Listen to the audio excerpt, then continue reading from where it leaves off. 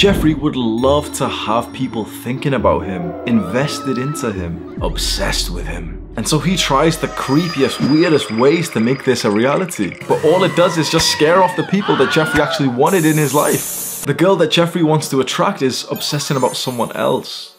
Adonis. Adonis has a natural aura about him. Everyone in his tribe can't help but be obsessed with him. Not only is he the tribe leader, but he's sexy. Not only is he the best hunter, but he's empathetic. He brings the full package, and he even uses special tricks to make sure that he stays in his people's minds. Do you think it sounds controversial to make people obsessed with you using psychological tricks? Yes. Do you want to do it anyway? Yes.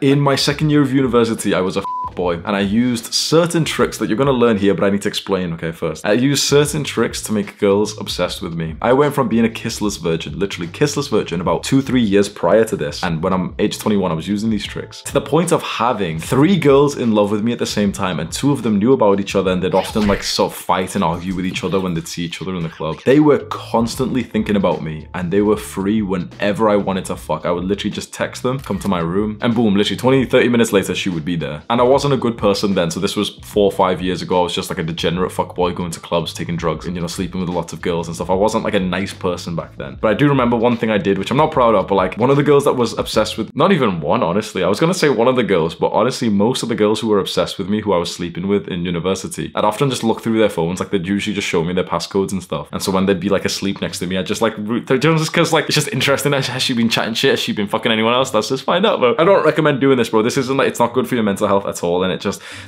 yeah, it's just not good for you. But like, let me tell you the story of what I did. This girl's asleep next to me, take her phone, I know the passcode, boop, boop, boop. I'd enter and I start looking through the text, and bro, this happened more than once with like different girls, that I'd look through the text. And the best text to look through, if you are like a bad person, you want to look through with girls, I don't recommend doing this, but if you are going to do it, the best text to look through are not to look for guys. It's actually to click on her female friends and actually to see like, has she been talking about like, oh yeah, fuck this guy yesterday. I click on this girl's female friends on her text messages, and literally they're all just about me. They're even like the cutest, saddest shit of like, oh my god, Hamza just texted me and he's in the club, he's thinking about me, yes! This was quite a long time that I was using like certain tricks to make girls obsessed with me. And honestly, I've used similar tricks, but now in a good way from what you're seeing right now. Years later, I've used psychology to stay more than relevant, to be in the minds of thousands of men around the world. There are thousands of guys who are seemingly obsessed with me, and that has led them to change their lives, or perhaps changing their lives has made them obsessed with me. It's the same psychology either way, I've just used it differently in a positive way now. You want to make people obsessed with you, this is exactly what you do. You get them to emotionally invest into you. Emotional investment simply just means the time, energy, and effort someone spends thinking about you, and how much of their emotions is influenced in any way by you. If you are, let's say, a stoic guy who's focused on your purpose, and you have like a girl, you're probably not that emotionally invested into her because you don't spend all day thinking about her. But if you're more of like a feminine guy, younger guy, you're less successful, you're more of like a normal guy, you're probably quite heavily emotionally invested in not just your girlfriend, but maybe even just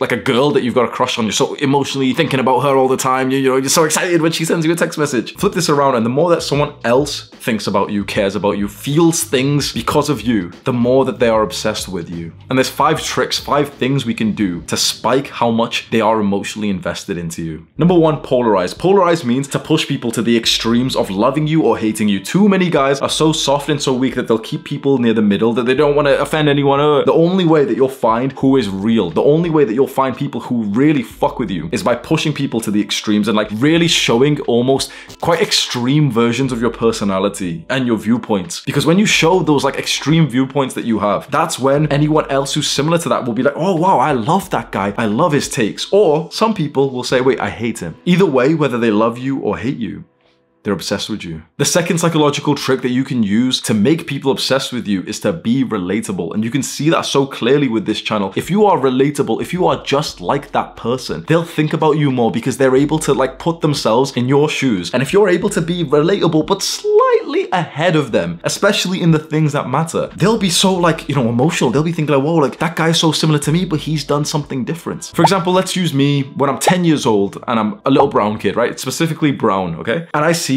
some millionaire walk past, and the millionaire's an old white guy. Oh wow, that's really interesting, he's a millionaire. Oh wow. Imagine if I then see a millionaire who's a brown guy who's only slightly older than me, maybe he's like 20 years old, which one am I able to relate to more? Well, of course, the younger brown guy. He's gonna be in my mind a lot more than fucking Colonel Sanders. If he's in my mind more, then I'm more obsessed with him. I'll be going home thinking, he seems similar to me. How did he make so much money? The third thing you can do to get people obsessed with you is to get them to open up. And this is perhaps like the one that I use quite like negatively and maybe manipulate. I don't know, but just obviously a few years ago, back in the fuckboy days, like it's, you know, girls are in love with me, she's next to me sleeping and stuff, and you know, obviously being sexual and stuff opens up. And so if she's gonna open up emotionally to me more and tell me like, you know, deeper things or experience deeper emotions with me, then of course she's gonna be more obsessed with me. And again, this is what I've been able to do in a more positive way with what I'm doing now, because the nature of the work that we do here, talking about self-improvement, the deep shit that we've been through, usually when I'm speaking to my boys who follow me, you'll end up opening up and telling me some deep stuff. And when you open up to someone, you start thinking about them more, you start obsessing over them more, because you've kind of shared a piece of your experiences, feelings, and maybe traumas. The fourth psychological trick that you can use to get people obsessed with you, and perhaps my favorite, which is, I feel like a bad person talking about my fuckboy days, but it's like, yeah, it's a part of me. You know, I'm grateful for everything I experienced. But the fourth thing you can do is create an enemy. We have an enemy, don't we? And, you know, some people think it's Jeffrey. Not really. Jeffrey's like the younger version of us who's just not really on self-improvement, but he's not like a bad person. The enemy is the modern addictions, the modern sort of system that has bred us and conditioned us to be weak. It's the social media companies, the porn companies, OnlyFans. That is the enemy. If you create an enemy for yourself and the person that you want to obsess over you, it will create this psychological term, what's called in-group and out-group. People will identify with you and want to be on your side. It's like you're fighting a war, and that is so primal, so animalistic that people will just automatically think about you and our side more, which is emotional investments. I use this in a quite negative way. To be honest, I never started doing this purposefully when I was like a fuckboy and, you know, creating an enemy meant that there was like two girls who were arguing with each other. I didn't do that like on purpose thinking, oh yeah, if I create an enemy, it'll be psychological trigger. It was just more that like I was fucking two girls and like, I didn't really do it on purpose, but it ended up achieving what I wanted at the time. And now it's very clear that I'm doing it purposefully. I have created an enemy for us because it's causing us to rise up and actually take this so much more seriously. And the fifth thing, you're really gonna like this one, the fifth thing that you can do to make people obsessed with you, stay mysterious. A lot of guys don't have the confidence for this and they'll spill everything about them straight away. And so once the mystery's gone, it's kind of like, yeah, well, I don't need to think about you anymore, do I? So when you meet a new girl, for example, are you the kind of guy who just opens up and just talks and talks and talks and talks? Or do you maintain like almost a level of mystery? Because if you keep some mystery, if you don't reveal everything about you, it will make the other person think about you more, not less, more. Because there's more that they want to piece together. They want to like solve you. They want to like figure you out. If you tell someone everything there is about you, which most guys do, oh, my favorite color is my favorite type of music. What's your favorite type of music? Yeah, I play video games. And what did you do today? Well, today I did work till 3 p.m. and then most guys aren't mysterious at all. So it's obvious that like most girls aren't going to be obsessed with that guy. The girls are obsessed with the guy who stays mysterious. Maybe you're watching this right now thinking, wait, this is controversial as fuck. I don't want to be a bad person. You can use these psychological tricks for good. Psychology is not inherently a bad thing. It can be used negatively. And I hold my hand up. I hold like responsibility for this and say, yes, I used it in a negative way, but it can also be used positively. And again, I hold my hand up and say, yes, I take responsibility. I have used it in this way. It sounds kind of bad to learn and to utilize, you know, tricks to use on people. But I think it's better to learn this stuff and use it in a good way than it is to just like blindly navigate in the dark. We are in a new age of business and success, and we're in the age where the new currency is attention. If you can make people obsessed with you, you can become extremely wealthy, extremely successful, and you can make huge movements. So you can use these psychological tricks that will make people obsessed with you for good. Do the hard work, especially when you don't feel like it. Mwah.